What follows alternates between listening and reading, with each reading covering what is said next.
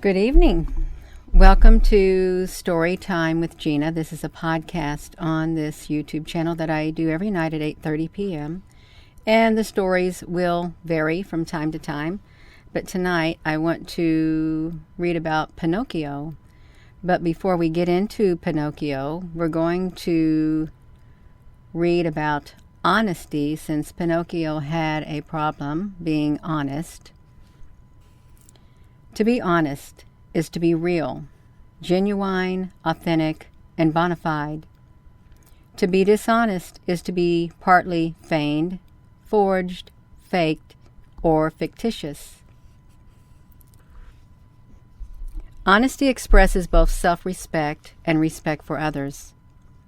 Dishonesty fully respects neither oneself nor others. Honesty imbues lives with openness, reliability, and candor. It expresses a disposition to live in the light. Dishonesty seeks shade, cover, or concealment. It is a disposition to live partly in the dark. Why would anyone want to be dishonest? That is a question with which the Irish satirist Jonathan Swift poignantly confronts his readers in A Voyage to the Hoy Hymns in Gulliver's Travels. The Hoy Hymns were such rational creatures that they found dishonesty among unintelligible. As one of them explained to Gulliver, the use of speech was to make us understand one another and to receive information of facts. Now, if anyone said the thing which was not the hoyhums, awkward locution for referring to the curious practice of telling lies, these ends were defeated.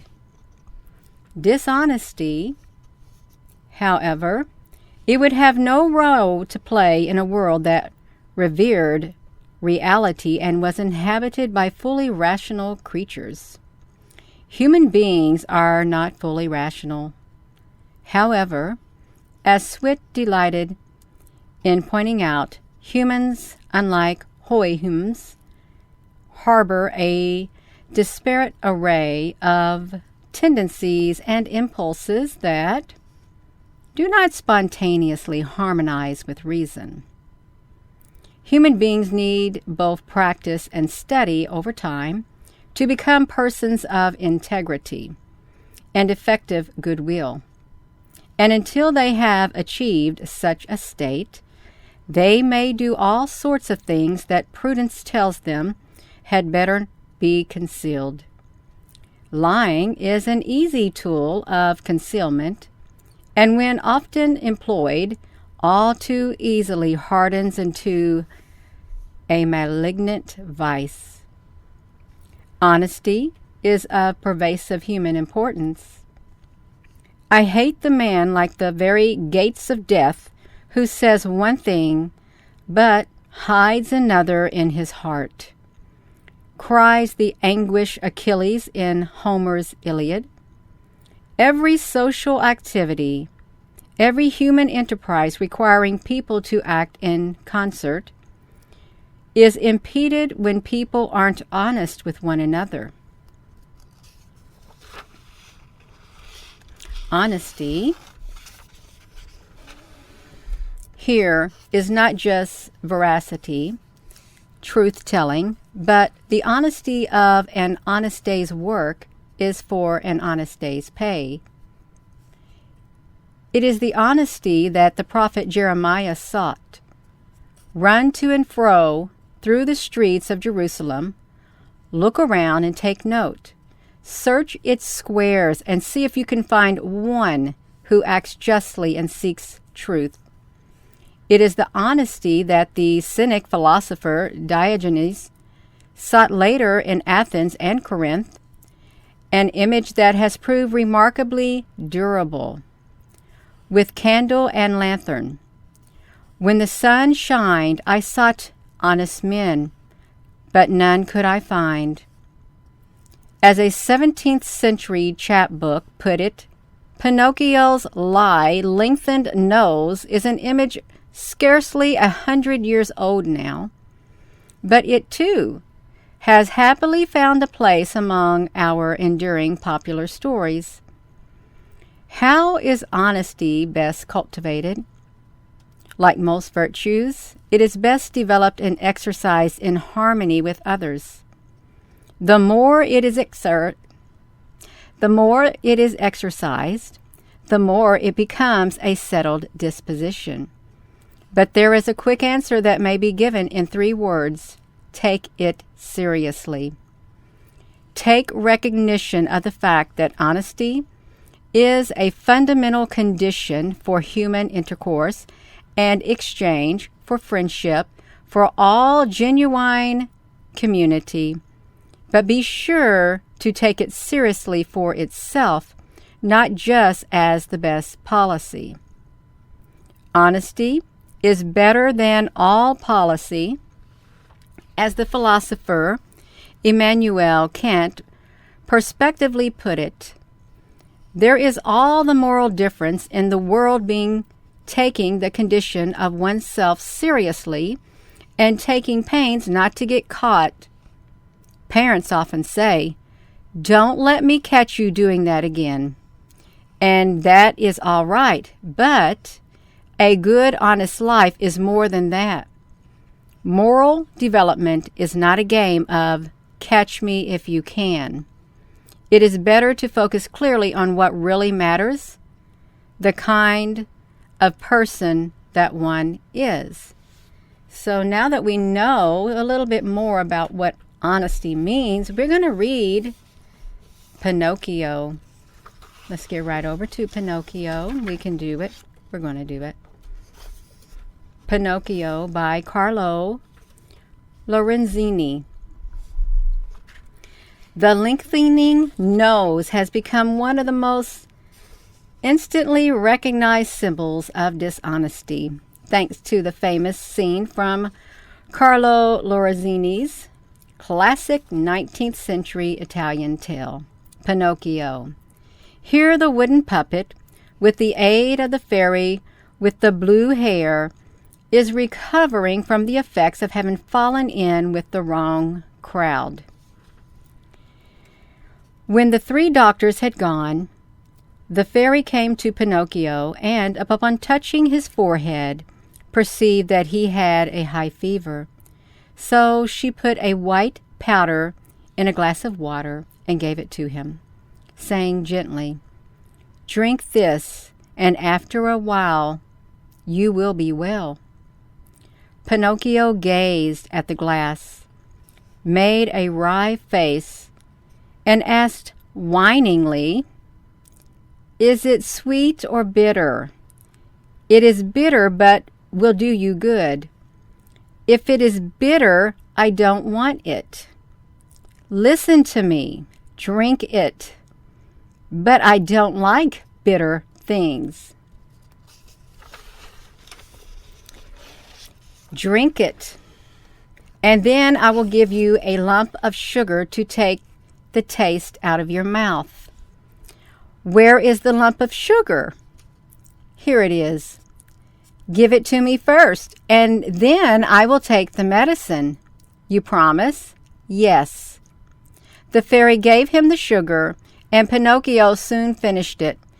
Then he said, licking his lips, "How nice it would be if sugar were medicine. I'd take it every day." "Now keep your promise and take the medicine," said the fairy. "It will make you well." Pinocchio held the glass in his hand and sniffed at its contents, then put it to his mouth, then smelled it again, and finally said, "It's too bitter. It's too bitter. I can't possibly gulp it down." "How can you say that when you haven't tasted it?"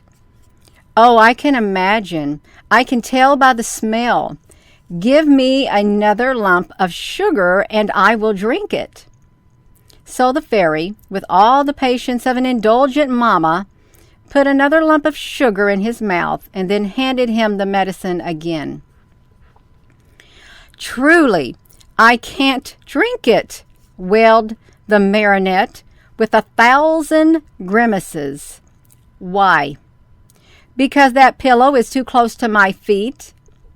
The fairy moved the pillow. "It's no use, I can't drink it." "What else annoys you?" "That door is ajar." The fairy shut the door. "Honestly, I can't drink that bitter stuff," howled Pinocchio. "No, no, no."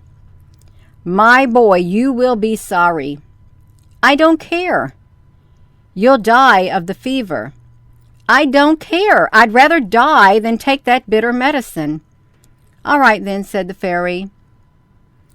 At this, the door opened and in walked 4 rabbits, black as ink, and carrying a coffin on their shoulders. "What do you want?" Pinocchio said, sitting up.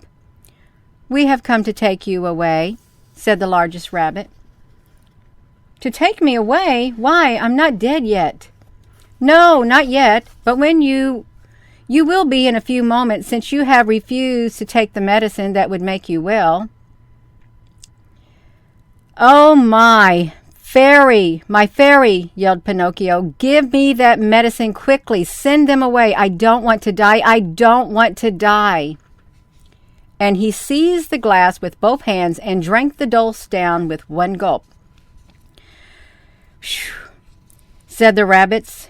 "We have come on a fool's errand." And taking the coffin up on their shoulders, they went away grumbling. Not long afterward, Pinocchio jumped out of bed entirely well. For you must know that the wooden boys are rarely ill and then get well quickly. When the fairy saw him capering around the room, happy as a chicken that had just burst its shell, she said, "So my medicine cured you. It really cured you." "Yes, indeed. I had a close call." "Then why did you make such a fuss about taking it?" "Oh, boys are all like that. We are more afraid of the medicine than of the illness." "For shame. Boys ought to know that a good remedy taken in time often keeps off a dangerous sickness, perhaps death. The next time I shan't be so bad. I shall remember those black rabbits in the coffin, and then I'll take the medicine right away." "That's right. Now come and tell me how you happened to fall into the hands of the thieves." Pinocchio told faithfully all that had happened to him, and when he had ended, the fairy asked, "What did you do with the 4 gold pieces?" "I lost them," replied Pinocchio, but he told a lie because he had them in his pocket. The moment he said this, his nose, which was already long enough, grew 4 inches longer. "Where did you lose them?" asked the fairy. "In the forest near here." At the second lie, the nose grew still longer.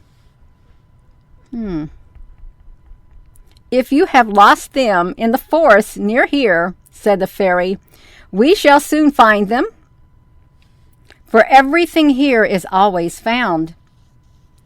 "Ah, now I recollect," said the marionette. "I did not lose the coins, but I swallowed them when I took the medicine." At the third lie, Pinocchio's nose grew so long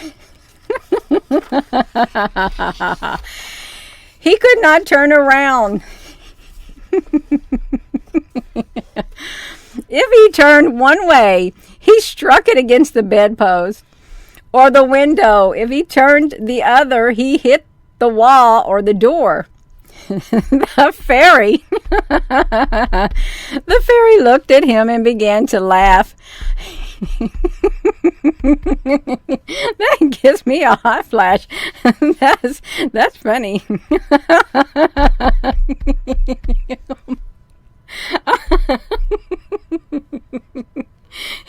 He's so stupid.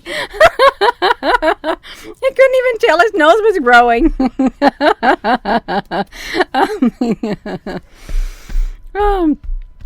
Why are you laughing? Asked the marionette sheepishly. I laugh at the foolish lies you have told. How did you know they were lies? Lies, my boy, are recognized at once because they are of only two kinds. Some have short legs and others have long noses. Yours are the kind that have long noses. He's clueless.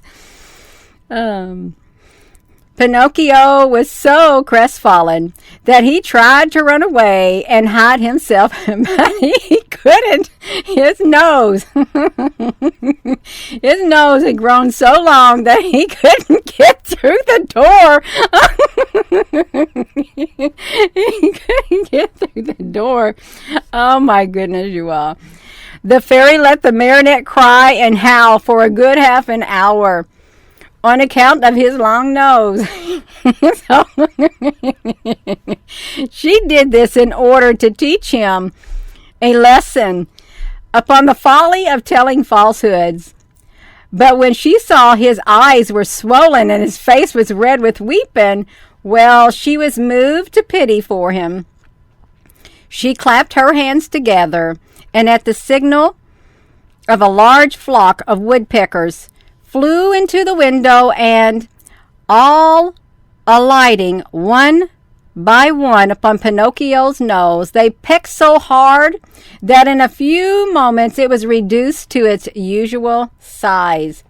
Yeah, that's so funny. That was Pinocchio in the book of virtues, you all. That's perfect. It is perfect. See, he couldn't get away with it because his nose kept on growing and he didn't even know it. He didn't even realize that she could see it physically. So it really is a good story of morals. That's right. Just because you think somebody ain't going to be able to tell, there's somebody's going to be able to tell when you're lying. And so really honesty is the best policy. It keeps you out of trouble and you don't have to have your nose grow way out there that you can't fit through the door. You won't. So I'm going to go. And with that being said, hello, wherever you are in any part of the world. Hello, from my heart to yours. Love you. Have a wonderful rest of your evening. And this is Storytime with Gina. This is pre-recorded because I just felt like reading it right now. But it's going to play as a live stream, an instant premiere. Love you.